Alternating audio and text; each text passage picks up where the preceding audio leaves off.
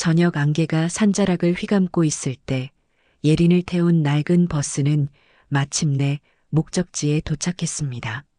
문이 열리자 차가운 산바람과 함께 묘한 기운이 함께 스며들어왔어요. 마치 이곳이 다른 세상과 경계에 있는 듯한 느낌이었죠. 배낭을 어깨에 메고 버스에서 내린 예린은 주변을 둘러봤습니다. 산골 마을 특유의 고요함이 있었지만 그 속에는 뭔가 말로 설명할 수 없는 긴장감이 흐르고 있었어요. 기와지붕의 한옥들이 산자락을 따라 옹기종기 모여 있는 모습은 아름다웠지만 어딘지 모르게 을씨년스러운 분위기도 감돌았습니다. 여기가 바로 그 마을이구나. 예린은 혼잣말을 중얼거리며 카메라를 꺼냈어요.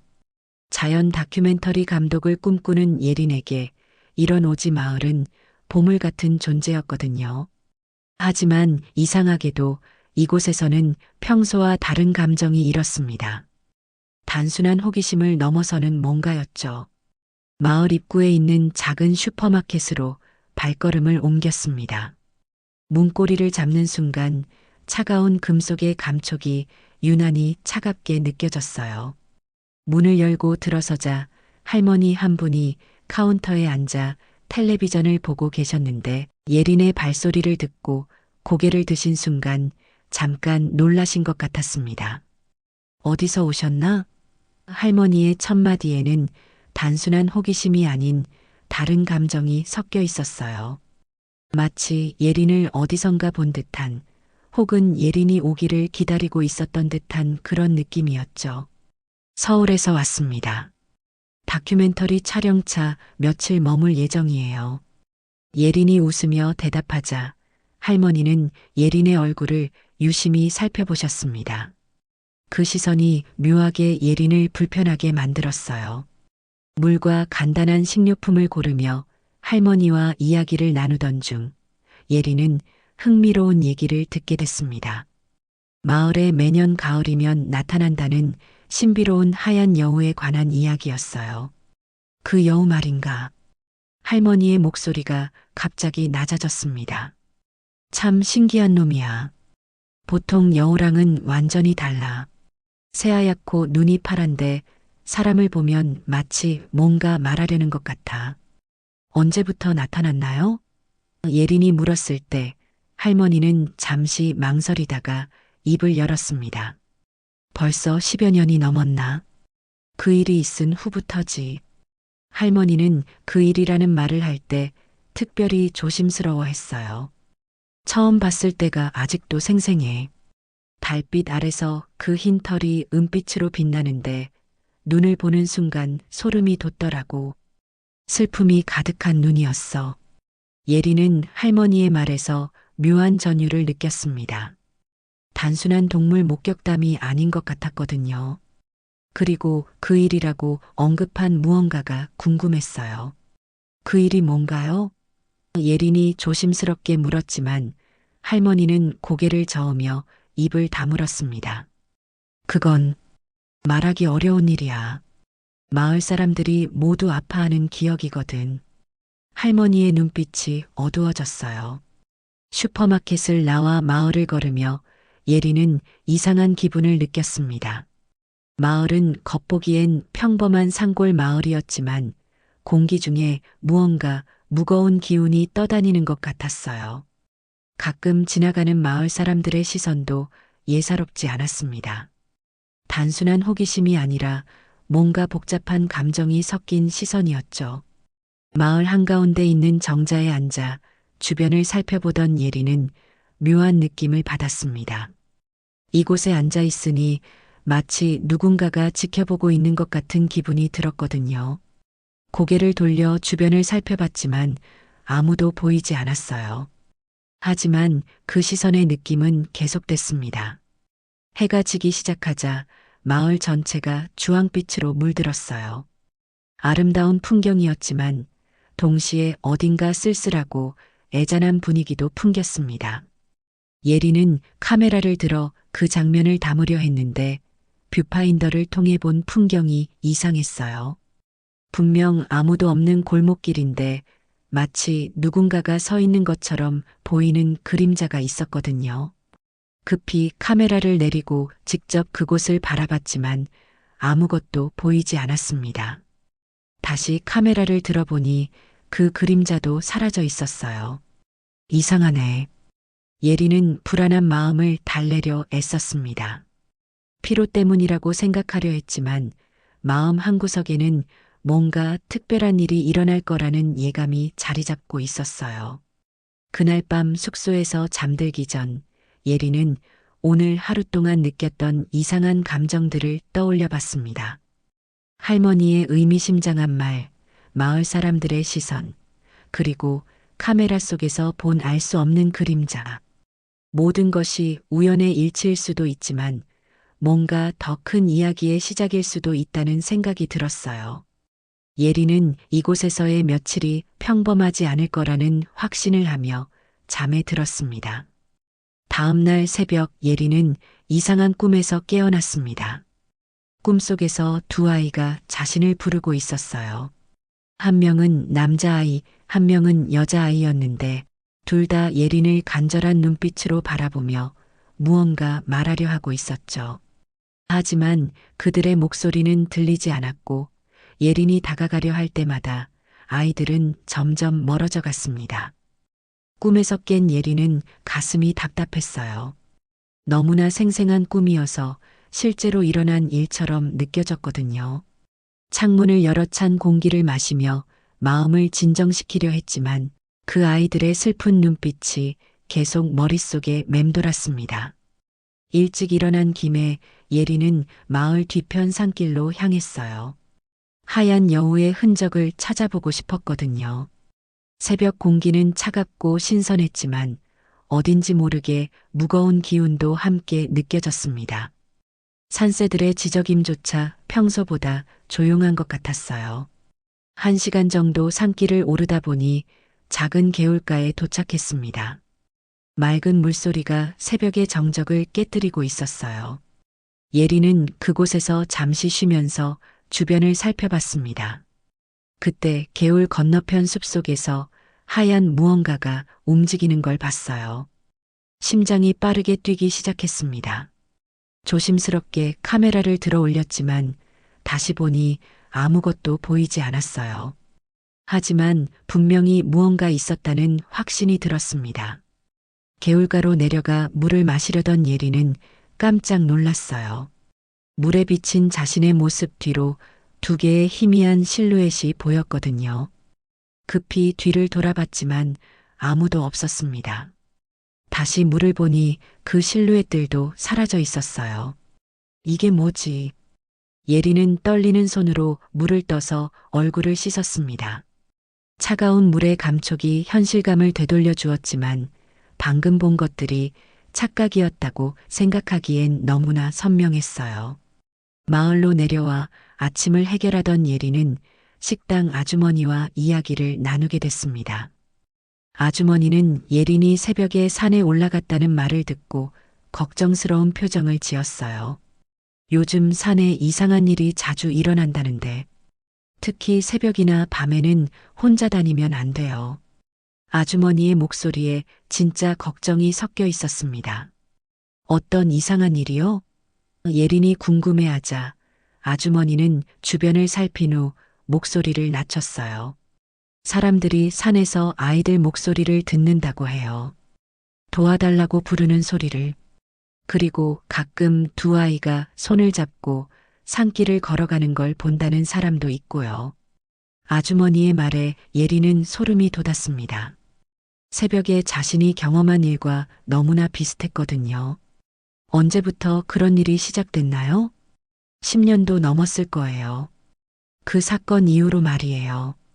아주머니도 할머니처럼 그 사건이라는 표현을 썼습니다.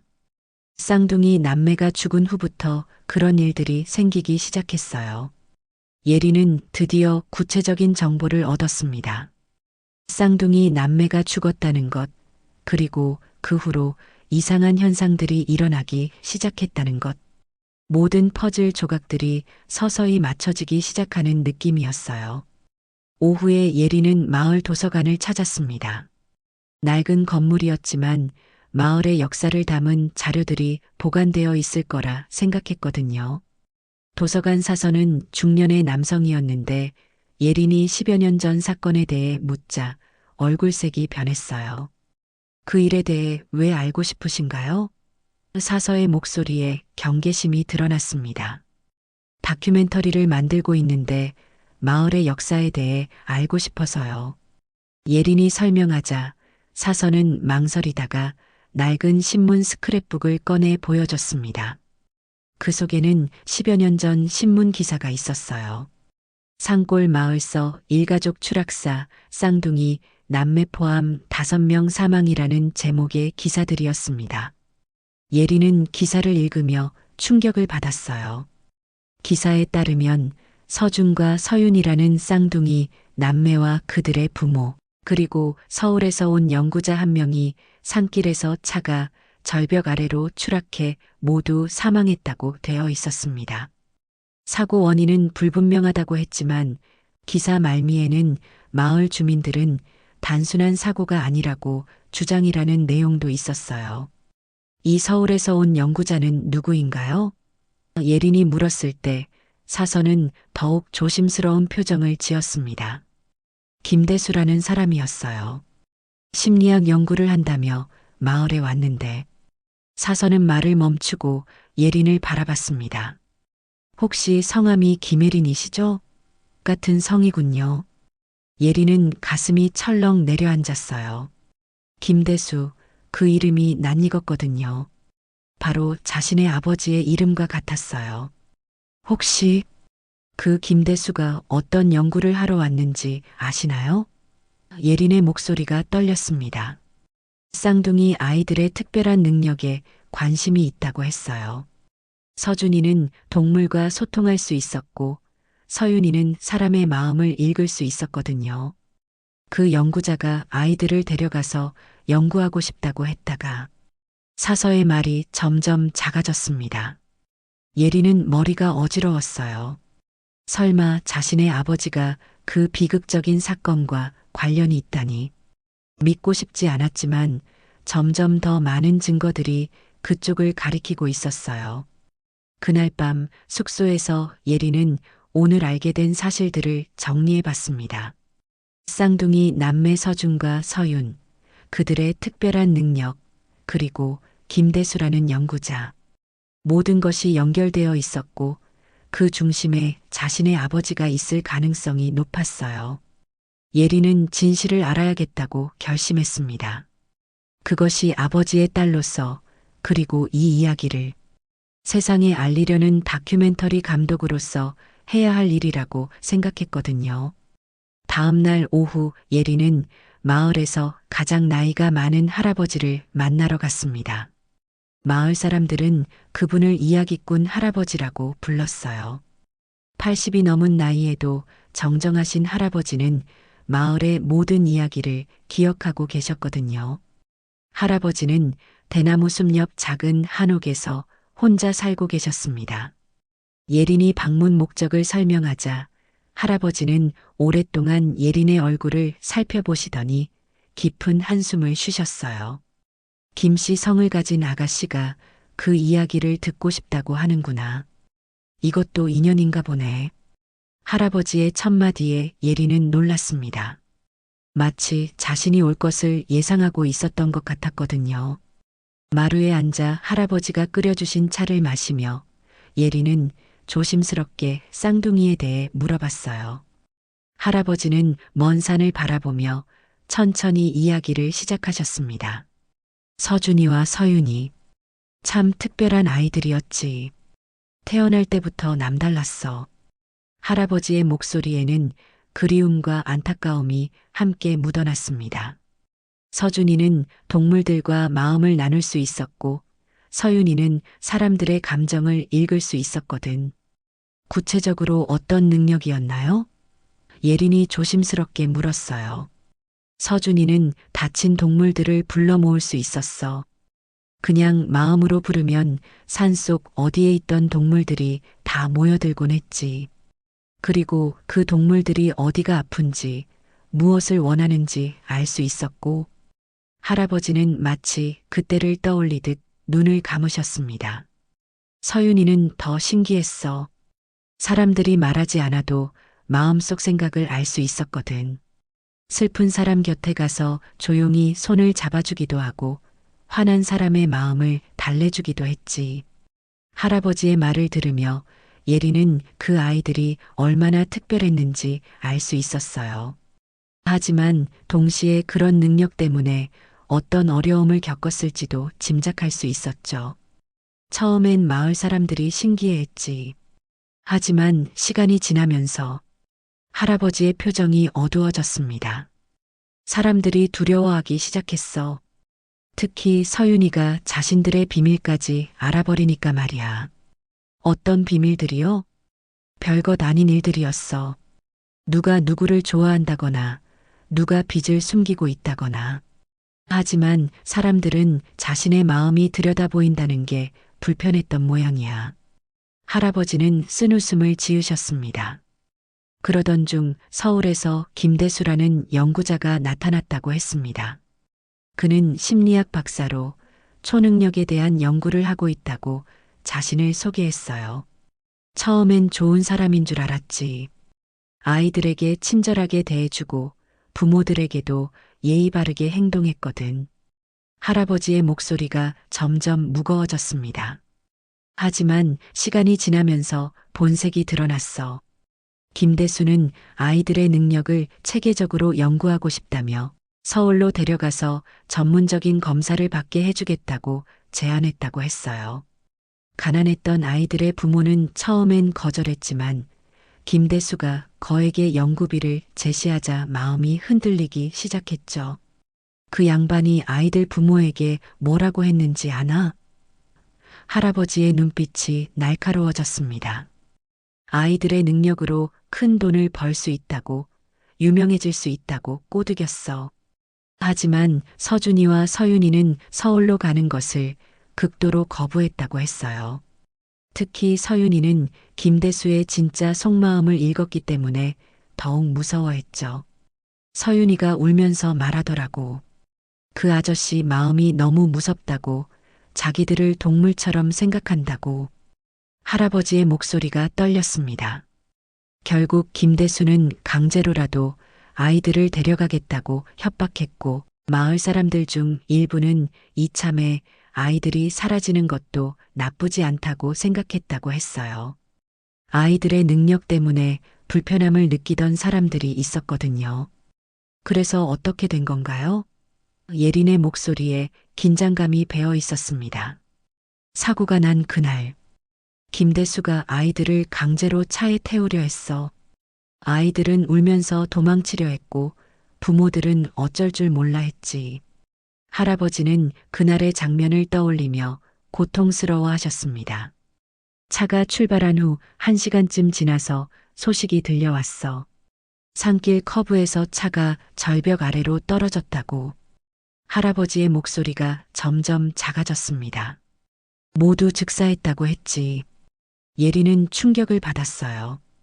아버지가 그런 방식으로 아이들을 강제로 데려가려 했다니. 그리고 그 과정에서 모두가 목숨을 잃었다니. 상상만 해도 끔찍한 일이었어요. 사고였을까요? 예린이 조심스럽게 물었어요. 글쎄, 공식적으론 사고라고 했지만 나는 다르게 생각해. 할아버지가 예린을 똑바로 바라봤습니다. 서준이가 위험할 때 동물들을 부를 수 있었다면 그때도 도움을 요청했을 거야. 그리고 서윤이는 사람들의 감정을 읽을 수 있었으니까 김대수의 진짜 의도를 알고 있었을 거고, 할아버지는 아이들이 마지막 순간에 자신들의 능력을 사용해서 차를 멈추려 했을 수도 있다고 말했어요. 하지만 결국 모든 것이 너무 늦었고 비극적인 결말을 막을 수는 없었다고 했죠. 그 후로 하얀 여우가 나타나기 시작했어. 처음 봤을 때부터 알 수 있었지. 그게 서준이라는 걸. 할아버지의 말에 예리는 소름이 돋았습니다. 서윤이는 직접 모습을 드러내지 않지만 가끔 사람들이 그 아이의 목소리를 듣는다고 해. 해가 지자 예린은 할아버지께 인사를 드리고 숙소로 돌아왔습니다. 머릿속이 복잡했어요. 쌍둥이의 비극적인 이야기, 그리고 그 모든 일의 중심에 있었던 자신의 아버지. 이제 더 이상 우연이 아니라는 걸 확신할 수 있었어요. 예린은 밤늦도록 잠들지 못하며 아버지에 대한 진실을 찾아야겠다고 다짐했습니다. 며칠 후, 예린은 하얀 여우를 직접 만나기 위해 밤늦게 산으로 향했습니다. 할아버지가 알려준 장소는 마을에서 1시간 정도 올라가야 하는 작은 폭포 근처였어요. 손전등을 켜고 조심스럽게 산길을 올랐지만 이상하게도 길을 잃을 것 같지 않았습니다. 마치 누군가가 길을 안내해 주는 것 같은 느낌이었거든요. 달이 밝아서 길을 찾는 데는 어려움이 없었습니다. 하지만 산속의 정적이 예린을 불안하게 만들었어요. 평소 같으면 들려야 할 야행성 동물들의 소리조차 들리지 않았거든요. 마치 산 전체가 무언가를 기다리고 있는 것 같은 고요함이었죠. 폭포에 도착하자 물소리가 밤의 정막을 깨뜨렸습니다. 예린은 바위에 앉아 하얀 여우가 나타나기를 기다렸어요. 시간이 흘러도 아무 일이 일어나지 않자 포기하려던 그때 달빛이 비치는 폭포 건너편에서 하얀 그림자가 움직이는 걸 봤습니다. 숨을 죽이고 그쪽을 바라보니 정말로 새하얀 여우가 있었어요. 할머니의 말처럼 파란 눈을 가진 아름다운 여우였지만 그 눈빛에는 깊은 슬픔이 서려 있었습니다. 여우는 예린을 한참 바라보더니 천천히 산속 깊은 곳으로 걸어가기 시작했어요. 예린은 주저없이 여우를 따라갔습니다. 여우는 예린이 따라오는 걸 확인하며 적당한 속도로 걸었어요. 마치 예린을 어디론가 데려가려는 확실한 목적이 있는 것 같았죠. 30분 정도 걸었을까, 여우는 작은 오두막 앞에서 멈췄습니다. 오두막에서는 따뜻한 불빛이 새어나왔고 누군가 살고 있는 것 같았어요. 여우는 예린을 한 번 더 바라보더니 오두막 쪽으로 고개를 끄덕였습니다. 그리고는 어둠 속으로 사라져버렸어요. 예린이 오두막 문을 두드리자 중년 여성이 나왔습니다. 그 여성은 예린을 보고 전혀 놀라지 않았어요. 마치 예린이 올 걸 알고 있었던 것처럼 말이죠. 기다리고 있었어요. 들어오세요. 여성의 목소리는 따뜻했지만 어딘가 애잔한 느낌이 들었습니다. 오두막 안은 생각보다 아늑했어요. 벽면에는 다양한 약초들이 걸려 있었고 작은 제단 같은 곳에는 촛불이 켜져 있었습니다. 여성은 자신을 미라라고 소개했어요.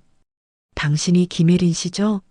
그 아이들이 당신을 기다리고 있었어요. 미라의 말에 예린은 깜짝 놀랐습니다. 그 아이들이요? 서준이와 서윤이 말이에요. 이 산에서 아직도 떠나지 못하고 있거든요. 미라는 예린에게 차를 건네며 슬픈 눈으로 바라봤습니다. 억울하게 죽어서 이승에 머물러 있는 거예요. 미라는 쌍둥이가 죽은 후 이 산에서 그들의 영혼을 달래는 일을 해왔다고 했어요. 어릴 때부터 영적인 능력이 있었는데 그 사건 이후로 아이들의 존재를 느낄 수 있게 됐다고 했죠. 하얀 여우는 서준이가 동물의 모습으로 나타난 거예요. 서준이는 살아있을 때부터 동물들과 교감할 수 있었으니까 죽어서도 그 능력이 남아있는 거죠. 미라의 설명에 예린은 신기함과 동시에 슬픔을 느꼈습니다. 그럼 서윤이는 어떻게? 서윤이는 직접 모습을 드러내지 않아요. 하지만 가끔 사람들의 마음에 직접 말을 걸곤 해요. 특히 슬프거나 외로운 사람들에게요. 미라는 재단 쪽을 바라보며 말했어요. 그 아이들은 아직도 자신들이 왜 그런 일을 당해야 했는지 이해하지 못하고 있어요. 예린은 가슴이 아팠습니다. 그 어린 나이에 그런 끔찍한 일을 당하고도 이승을 떠나지 못하고 있다니 얼마나 억울하고 무서웠을까요? 왜 저를 기다렸다고 하신 거죠? 예린이 떨리는 목소리로 물었어요. 당신의 아버지 김대수 씨가 그 아이들을 죽음으로 내몬 장본인이거든요. 미라의 말에 예리는 충격을 받았습니다. 하지만 그 아이들은 당신을 원망하지 않아요. 오히려 당신을 통해 진실을 밝히고 싶어 해요. 미라는 아이들이 사고 당일 무슨 일이 있었는지 자세히 알려줬어요. 김대수가 아이들을 강제로 차에 태운 후 아이들이 계속 울면서 집에 가고 싶다고 애원했다고 했어요. 특히 서윤이는 김대수의 마음을 읽고는 더욱 무서워했다고 했죠. 서윤이가 느낀 김대수의 마음은 어땠나요? 예린이 물었어요. 아이들을 인간이 아닌 실험체로 보고 있었대요. 자신의 연구 성과를 위해서라면 아이들이 어떻게 되든 상관없다는 생각이었다고 해요. 미라의 말에 예린은 아버지에 대한 실망감이 더욱 커졌습니다. 사고는 정말 어떻게 일어난 건가요? 서준이가 마지막에 산속의 모든 동물들을 불러서 차를 막으려 했어요. 하지만 김대수가 놀라서 핸들을 잘못 돌리는 바람에 미라는 말을 잊지 못했습니다. 예리는 상황을 상상해 봤어요. 절망적인 상황에서 서준이가 자신의 능력을 사용해 도움을 요청했지만 오히려 그것이 사고의 원인이 됐을 수도 있다는 것. 얼마나 아이러니한 일인지요. 그럼 제가 뭘 해야 하죠? 예린이 물었을 때 미라는 예린의 손을 잡았습니다.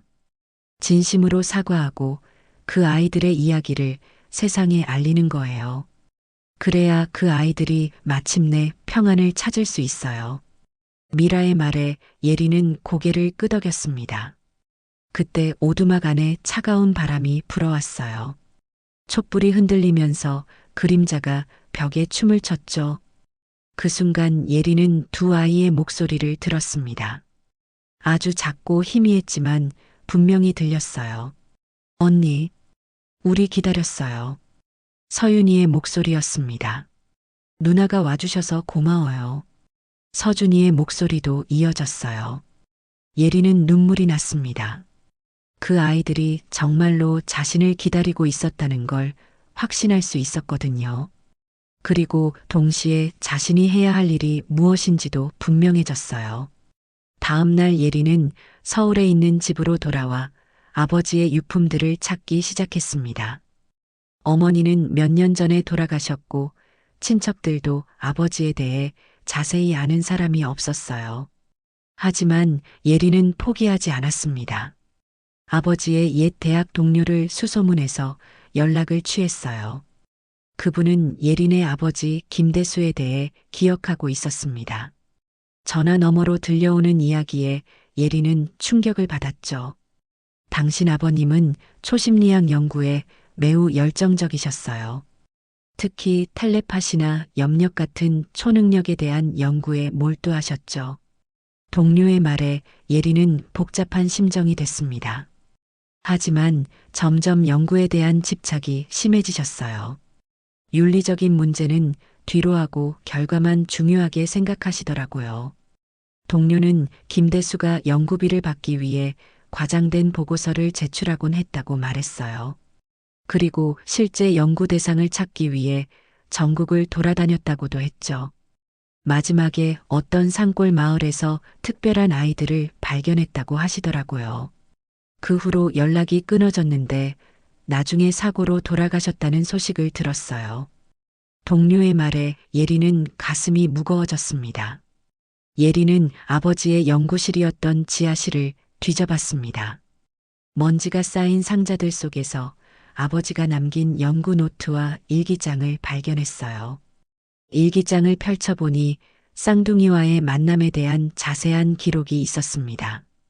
오늘 드디어 그 아이들을 만났다. 서준이와 서윤이 정말 놀라운 능력을 가지고 있었다. 서준이는 산속 동물들을 자유자재로 부를 수 있었고 서윤이는 내 마음까지 읽어냈다. 이 아이들을 통해 초심리학계에 새로운 전기를 마련할 수 있을 것이다. 아버지의 필체로 쓰인 글을 보며 예린은 씁쓸했어요. 처음 몇 페이지는 순수한 학문적 호기심으로 보였지만 점점 내용이 바뀌어 갔습니다. 아이들을 연구 대상으로만 보기 시작한 것이었죠. 아이들의 부모는 가난해서 돈에 관심이 많다. 이를 이용하면 아이들을 설득할 수 있을 것이다. 서울로 데려와서 체계적인 실험을 해야겠다. 이런 내용을 읽으며 예리는 아버지에 대한 실망감이 커졌어요. 일기장 중간 부분에는 아이들이 자신을 거부한다는 내용이 나왔습니다. 특히 서윤이가 김대수의 진짜 의도를 알아차리고 무서워한다는 내용이 있었어요. 서윤이가 나를 피한다. 내 마음을 읽고 있는 것 같다.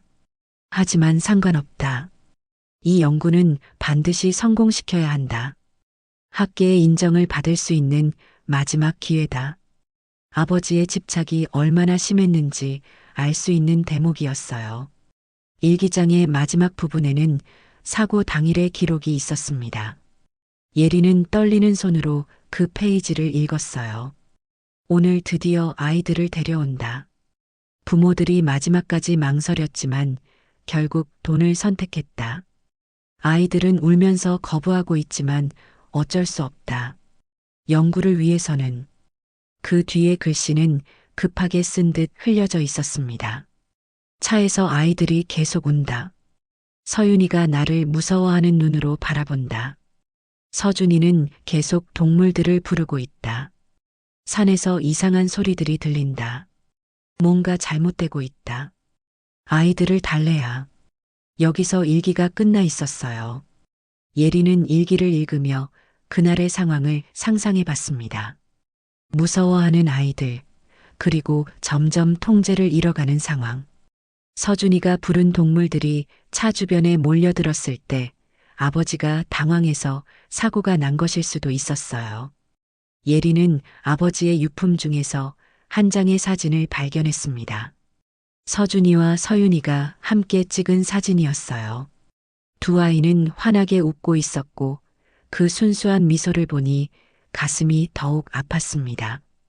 마을로 돌아온 예리는 미라를 다시 찾아갔어요. 아버지의 일기장과 사진을 보여주며 모든 것을 털어놓았습니다. 미라는 예린의 이야기를 조용히 들어준 후 따뜻하게 위로해줬어요. 당신 아버님도 마지막에는 후회하셨을 거예요. 아이들도 그걸 알고 있을 거예요. 미라는 예린의 어깨에 손을 올렸습니다. 정말요? 그 아이들이 아버지를 용서했을까요? 예린이 간절한 목소리로 물었어요. 영혼의 세계에서는 모든 진실이 드러나죠. 당신 아버님이 진심으로 후회했다면 아이들도 그걸 느꼈을 거예요. 미라의 말에 예린은 조금 안도했습니다. 하지만 여전히 해결해야 할 일이 남아 있었어요. 아이들의 억울함을 풀어주고 그들이 평안히 쉴 수 있도록 도와주는 것. 그것이 아버지의 딸로서 예린이 해야 할 일이었죠. 예린은 마을 사람들과 함께 쌍둥이를 위한 추모제를 준비하기로 했습니다. 처음엔 마을 사람들이 꺼려했지만 예린이 진심으로 부탁하고 자신의 아버지가 그 사건과 관련되어 있다는 사실을 털어놓자 조금씩 마음을 열기 시작했어요. 그 아이들을 위해서라면 당연히 도와드려야죠. 이야기꾼 할아버지가 가장 먼저 나서주셨습니다. 이제라도 그 애들의 억울함을 풀어줘야지. 추모제 준비를 하며 예리는 마을 사람들로부터 더 많은 이야기를 들을 수 있었어요. 쌍둥이가 살아있을 때 마을에서 어떤 일들을 했는지, 그들이 얼마나 착하고 순수한 아이들이었는지에 대한 이야기들이었죠. 서준이는 다친 동물들을 치료해줬어요. 어떤 동물이 어디가 아픈지 금방 알아내곤 했거든요. 한 아주머니가 눈물을 글썽이며 말했습니다. 우리 집 개가 다리를 다쳤을 때도 서준이가 불러서 어디가 아픈지 알아내줬어요. 서윤이는 사람들의 마음을 읽을 수 있었지만 절대 나쁜 쪽으로 이용하지 않았어요. 또 다른 할머니도 추억을 떠올리며 말씀하셨어요. 우울해하는 사람이 있으면 조용히 다가와서 손을 잡아주곤 했죠. 말하지 않아도 위로가 됐어요. 그런 이야기들을 들으며 예리는 더욱 마음이 아팠습니다. 그렇게 선량하고 특별한 재능으로 사람들을 도왔던 아이들을 아버지가 자신의 욕심 때문에 이용하려 했다니 받아들이기 어려운 현실이었어요. 추모제 준비 중에 예리는 또 다른 이상한 경험을 하게 됐습니다. 마을 중앙 광장에서 촬영을 하던 중 갑자기 주변 풍경이 바뀌기 시작한 거예요. 현재의 마을이 아니라 10여 년 전의 모습으로 변하는 것 같았죠. 광장에서 뛰어노는 아이들의 모습이 보였고 그 중에 두 아이가 특히 눈에 띄었습니다. 한 아이는 주변 동물들과 함께 놀고 있었고 다른 아이는 어른들 사이에서 조용히 미소 짓고 있었어요. 바로 서준이와 서윤이었습니다. 예리는 깜짝 놀라 카메라를 내려놓았습니다. 그 순간 모든 환상이 사라지고 현재의 조용한 광장만 남았어요. 무슨 일이에요? 옆에서 추모제 준비를 돕고 있던 할아버지가 걱정스럽게 물어보셨어요. 아무것도 아니에요. 예리는 당황한 마음을 감추며 대답했습니다. 하지만 마음속으론 점점 더 많은 이상한 일들이 일어나고 있다는 걸 느꼈어요. 그날 밤 예리는 더욱 생생한 꿈을 꿨습니다. 꿈속에서 서준이와 서윤이가 나타나 예린과 직접 대화를 나눴어요. 이번엔 아이들의 목소리가 선명하게 들렸습니다. 언니, 우리 이야기를 들어줘서 정말 고마워요. 서윤이가 예린의 손을 잡으며 말했습니다. 차가우면서도 따뜻한 느낌이었어요. 누나 아버지를 원망하지 않아요. 우리는 다 알고 있어요. 서준이도 환한 미소를 지으며 말했어요. 아저씨도 나중에는 정말 후회하셨거든요. 꿈속에서 아이들은 사고 당일에 대한 더 자세한 이야기를 해줬습니다. 김대수가 처음엔 아이들을 달래려고 했지만 서윤이가 그의 진짜 속마음을 읽고 더욱 무서워했다고 했어요. 아저씨 마음에서 우리를 실험용 쥐처럼 생각하는 게 느껴졌어요. 서윤이의 목소리에 슬픔이 묻어났습니다. 그래서 더 무서웠어요. 그래서 내가 동물들을 불렀어요. 도움을 요청하려고요. 서준이가 설명했습니다. 하지만 갑자기 너무 많은 동물들이 와서 아저씨가 놀라셨나 봐요. 아이들은 사고 순간에 대해서도 이야기해줬어요. 차가 절벽으로 떨어지는 마지막 순간에 김대수가 아이들에게 사과했다고 했습니다. 아저씨가 울면서 미안하다고 말씀하셨어요. 서준이가 말했습니다. 그때서야 아저씨 마음이 정말로 후회하고 있다는 걸 느낄 수 있었어요. 꿈에서 깨어난 예리는 눈물을 흘리고 있었습니다. 아이들의 순수함과 너그러움에 감동받았고 동시에 아버지에 대한 복잡한 감정도 정리가 됐어요. 아버지도 결국 자신의 잘못을 깨달았고 아이들도 그걸 이해하고 있었던 것이죠. 다음 날 예리는 미라를 찾아가 꿈 이야기를 했습니다. 미라는 그것이 단순한 꿈이 아니라고 말했어요. 아이들이 정말로 당신과 만난 거예요. 영혼의 세계에서는 꿈을 통해 소통할 수 있거든요. 미라의 말에 예리는 신기함과 동시에 책임감을 느꼈습니다. 그럼 정말로 그 아이들이 아버지를 용서해 준 건가요? 그래요. 하지만 아직 완전히 끝난 건 아니에요. 미라는 심각한 표정을 지었습니다. 아이들이 완전히 평안을 찾으려면 마지막 의식이 필요해요. 미라는 예린에게 내일 밤 사고가 일어났던 그 절벽에서 특별한 의식을 해야 한다고 했어요. 그곳에서 진심 어린 사과와 함께 아이들의 영혼을 달래는 의식을 치러야 한다는 것이었죠. 위험하지 않을까요? 예린이 걱정스럽게 물었어요. 영적인 세계와 접촉하는 일이니까 위험할 수도 있어요. 하지만 당신이 아니면 안 돼요. 미라가 예린의 손을 잡으며 말했습니다. 아이들이 당신을 선택한 거니까요. 예린은 각오를 다졌습니다. 아버지의 죄를 대신 사과하고 아이들이 마침내 평안을 찾을 수 있도록 도와주는 것. 그것이 자신이 해야 할 마지막 임무라고 생각했어요. 추모제가 끝난 후 예린은 미라와 함께 사고가 일어났던 절벽으로 향했습니다. 그곳은 마을에서 꽤 멀리 떨어진 산 깊숙한 곳이었어요. 구불구불한 산길을 따라 1시간 넘게 걸어야 하는 곳이었지만 이상하게도 길을 잃을 것 같지 않았습니다. 마치 보이지 않는 누군가가 앞서 길을 안내해 주는 것 같았거든요. 해가 지기 시작할 무렵 그들은 목적지에 도착했습니다. 깎아지른 절벽 아래로는 깊은 계곡이 펼쳐져 있었고 그 모습만 봐도 10여 년 전 그 끔찍한 사고를 짐작할 수 있었어요.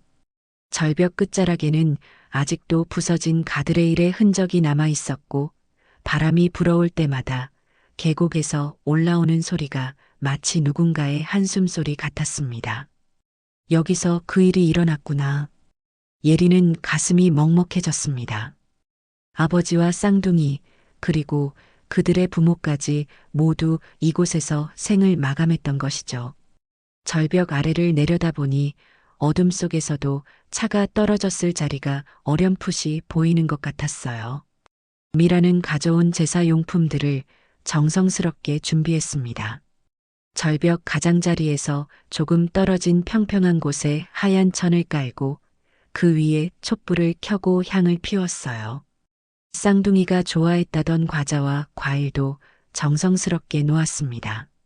촛불의 작은 불꽃이 산바람에 흔들리면서 주변의 신비로운 그림자들을 만들어냈죠. 이제 당신이 해야 할 일을 하세요. 미라가 예린에게 말했습니다. 예린은 무릎을 꿇고 제단 앞에 앉았어요. 마음속으로 서준이와 서윤이를 간절히 불러봤습니다. 그 순간 주변 공기가 점점 차가워지기 시작했고 바람도 잠잠해졌어요.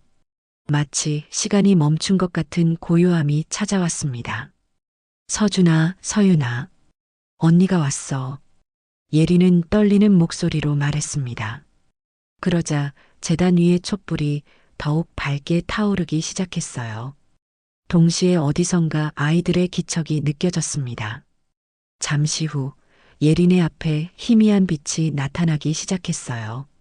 점점 선명해지더니 서준이와 서윤이의 모습이 보였습니다. 아이들은 10여 년 전 그 모습 그대로였어요. 서준이는 환한 미소를 짓고 있었고 서윤이는 조금 수줍어하며 예린을 바라보고 있었죠. 하지만 두 아이 모두의 눈에는 깊은 슬픔과 그리움이 서려 있었습니다. 누나, 정말 와줬네요.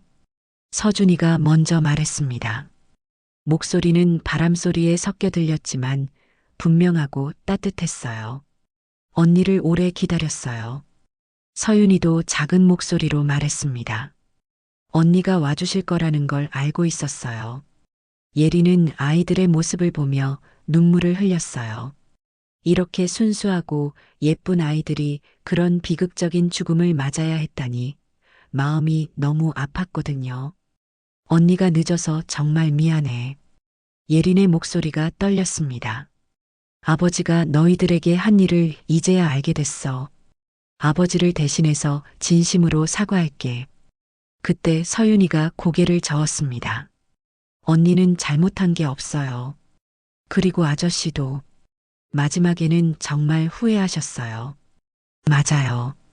서준이도 고개를 끄덕였습니다. 아저씨가 마지막에 우리에게 사과하셨거든요. 그때 아저씨 마음이 정말 아프다는 걸 느낄 수 있었어요. 예리는 아이들의 말에 놀랐어요. 이렇게 어린 나이에 그런 끔찍한 일을 당하고도 원망하기보다는 이해하려 한다니 정말 특별한 아이들이었어요. 그럼 너희들은 아버지를 용서해 준 거니? 예린이 조심스럽게 물었어요. 네. 아저씨도 우리처럼 무서웠을 거예요. 서윤이가 대답했습니다. 사고가 날 때 아저씨도 우리를 구하려고 하셨어요. 하지만 너무 늦었죠. 서준이가 그날의 상황을 더 자세히 설명해 줬어요. 제가 동물들을 너무 많이 불렀나 봐요. 갑자기 수많은 동물들이 차 주변에 나타나서 아저씨가 놀라셨어요. 그래서 핸들을 잘못 돌리신 거예요. 예리는 그 상황을 상상해 봤어요. 절망적인 상황에서 서준이가 도움을 요청했지만 오히려 그것이 사고의 직접적인 원인이 됐을 수도 있다는 것. 얼마나 아이러니하고 가슴 아픈 일인지요. 너희들 원망하지 않니? 그렇게 어린 나이에. 예린이 물었을 때 서윤이가 슬픈 미소를 지었습니다. 처음에는 무서웠어요. 왜 우리가 이런 일을 당해야 하는지 이해할 수 없었거든요. 서윤이의 목소리에 그때의 두려움이 묻어났습니다. 하지만 시간이 지나면서 알게 됐어요. 아저씨도 우리 부모님도 모두 피해자였다는 걸. 서준이도 고개를 끄덕였습니다. 우리가 가진 능력 때문에 모든 게 복잡해진 거예요. 만약 우리가 평범한 아이들이었다면 이런 일은 없었을 거예요. 그 말을 들은 예리는 더욱 마음이 아팠어요. 아이들이 자신들의 특별한 능력을 탓하고 있다는 사실이 안타까웠거든요. 너희들의 능력은 잘못이 아니야. 오히려 많은 사람들을 도와준 소중한 재능이었어. 예린이 말하자 아이들의 표정이 조금 밝아졌어요. 정말요? 서준이가 물었습니다. 물론이야. 마을 사람들이 모두 너희들을 그리워하고 있어. 너희들이 얼마나 착하고 특별한 아이들이었는지 모두가 기억하고 있다고. 그때 하얀 여우가 나타났어요. 바로 서준이의 또 다른 모습이었죠. 여우는 예린에게 다가와 조용히 고개를 숙였습니다. 마치 고마움을 표현하는 것 같았어요. 언니, 우리 이야기를 사람들에게 들려줄 수 있을까요? 서윤이가 기대에 찬 목소리로 물었습니다. 물론이야. 너희들의 진짜 이야기를, 너희들이 얼마나 선량하고 특별한 아이들이었는지 모든 사람들에게 알려줄게. 예리는 확신에 찬 목소리로 대답했습니다. 그럼 우리가 나쁜 아이들이 아니었다는 걸 알게 될까요? 서준이가 조심스럽게 물었어요. 당연하지. 너희들은 정말 훌륭한 아이들이었어. 그걸 모든 사람들이 알게 될 거야. 예린의 말에 아이들이 환하게 웃었습니다. 그러자 주변에 따뜻한 빛이 퍼지기 시작했어요. 아이들의 모습도 점점 밝아지면서 평화로운 표정을 짓고 있었죠. 고마워요, 언니. 이제 우리 편히 쉴 수 있을 것 같아요. 아이들의 목소리가 점점 멀어져 갔습니다. 언니도 행복하세요. 우리는 언제나 언니를 응원할게요. 서윤이의 마지막 말과 함께 아이들의 모습이 서서히 사라져 갔어요. 빛이 완전히 사라지고 아이들의 모습도 함께 사라졌을 때 예리는 더 이상 슬프지 않았습니다. 오히려 마음이 한결 가벼워진 느낌이었어요. 아이들이 마침내 평안을 찾았다는 걸 느낄 수 있었거든요. 일주일 후 예리는 마을을 떠날 준비를 하고 있었습니다. 지난 며칠 동안 쌍둥이의 이야기를 정리하고 다큐멘터리 제작을 위한 모든 자료들을 완성했어요. 마을 사람들도 기꺼이 인터뷰에 응해주셨고 할아버지는 특별히 많은 이야기를 들려주셨죠. 정말 고마웠습니다. 덕분에 그 아이들이 편히 쉴 수 있게 됐어요. 미라가 예린의 손을 잡으며 말했습니다. 미라의 얼굴에는 오랫동안 짊어졌던 무거운 짐을 내려놓은 듯한 평안함이 있었어요. 저야말로 감사해요. 언니가 도와주지 않았다면 아무것도 할 수 없었을 거예요. 예린도 진심으로 고마움을 표했습니다. 미라는 예린에게 작은 목걸이 하나를 건네줬어요. 하얀 여우 모양의 작은 펜던트가 달린 목걸이였죠. 펜던트는 정교하게 조각되어 있었고 마치 살아있는 것처럼 생생했어요. 서준이가 남긴 거예요. 정확히는 서준이의 영혼이 만들어낸 거죠. 미라의 말에 예리는 감동을 받았습니다. 당신이 가져야 할 것 같아서요. 목걸이를 받아든 예리는 따뜻한 기운을 느꼈어요. 마치 서준이가 여전히 곁에 있다는 듯한, 그리고 앞으로도 계속 지켜봐 줄 거라는 느낌이었죠. 목걸이를 목에 걸자 가슴이 따뜻해졌습니다. 마을 사람들도 예린을 배웅하러 나왔어요. 처음엔 외지인을 경계하던 분들이 이제는 가족처럼 따뜻하게 대해주셨죠. 특히 할아버지는 예린의 양손을 꼭 잡으시며 눈물을 글썽이셨어요. 덕분에 오랫동안 마음에 걸렸던 일이 해결됐네. 그 애들도 이제 편히 쉴 수 있을 거야. 할아버지의 목소리에 깊은 안도감이 묻어났습니다. 자주 놀러 오세요. 언제든 환영이에요. 슈퍼마켓 할머니도 손수 만든 김치와 약초차를 건네주며 말씀하셨습니다. 그 아이들 이야기를 잘 만들어서 많은 사람들이 볼 수 있게 해주세요. 버스를 기다리며 예리는 마을을 다시 한번 바라봤습니다. 처음 왔을 때와는 완전히 다른 느낌이었어요. 그때는 신비롭고 무서운 기운이 감돌았다면 이제는 평화롭고 따뜻한 분위기였죠. 마치 오랫동안 마을을 짓누르고 있던 어둠이 거친 것 같았어요. 버스에 몸을 맡기며 예리는 목에 걸린 여우 목걸이를 만져봤습니다. 서준이와 서윤이 그 아이들의 이야기를 세상에 알리는 것. 그것이 이제 예린의 가장 중요한 임무가 됐어요. 서울로 돌아온 예린은 바로 다큐멘터리 제작에 들어갔습니다. 제목은 두 아이의 속삭임으로 정했어요. 쌍둥이의 이야기와 함께 특별한 능력을 가진 사람들에 대한 편견, 그리고 진정한 용서와 화해의 의미에 대해 다루는 내용이었죠. 편집 작업을 하며 예린은 많은 것을 깨달았습니다. 아버지에 대한 원망도 완전히 사라졌고 대신 이해와 용서의 마음이 생겼어요.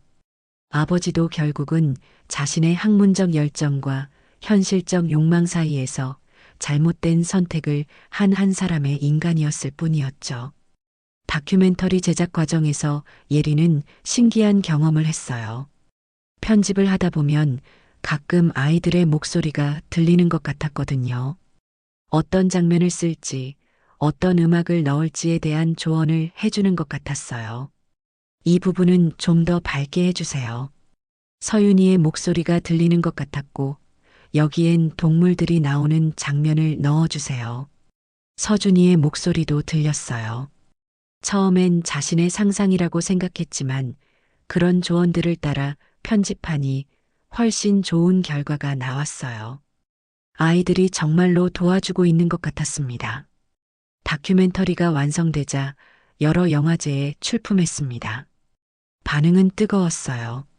많은 사람들이 관심을 보였고 특히 초능력이나 특별한 재능을 가진 사람들에 대한 사회적 편견에 대해 다시 생각해보게 하는 작품이라는 평가를 받았어요.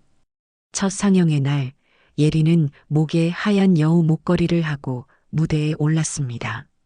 관객들 앞에서 이 작품을 만든 이유와 그 과정에서 겪은 일들을 진솔하게 이야기했어요. 이 다큐멘터리는 단순히 신비로운 이야기가 아닙니다. 예린의 목소리에 확신이 담겨 있었습니다. 우리가 서로 다른 사람을 어떻게 받아들여야 하는지, 그리고 과거의 잘못을 어떻게 바로잡을 수 있는지에 대한 이야기예요. 상영이 시작되자 극장은 조용해졌어요.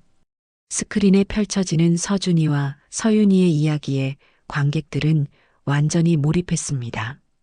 아이들의 순수한 모습, 그들이 가진 특별한 능력으로 사람들을 도왔던 일들, 그리고 비극적인 죽음까지 모든 것이 감동적으로 그려졌어요. 특히 마을 사람들이 아이들을 그리워하며 들려주는 증언들에서는 많은 관객들이 눈물을 흘렸습니다. 그리고 마지막에 예린이 아이들과 만나는 장면에서는 극장 전체가 숙연해졌어요. 상영이 끝난 후 뜨거운 박수가 터져 나왔습니다. 많은 관객들이 예린에게 다가와 감사 인사를 전했어요. 특히 한 관객은 자신도 특별한 능력을 가지고 있지만 그동안 숨기고 살았다며 이 영화를 보고 용기를 얻었다고 말했죠. 제 아이도 다른 아이들과 조금 달라요. 그래서 걱정이 많았는데 이 영화를 보고 생각이 바뀌었어요. 한 어머니가 눈물을 흘리며 말했습니다. 다름이 틀림이 아니라는 걸 깨달았어요.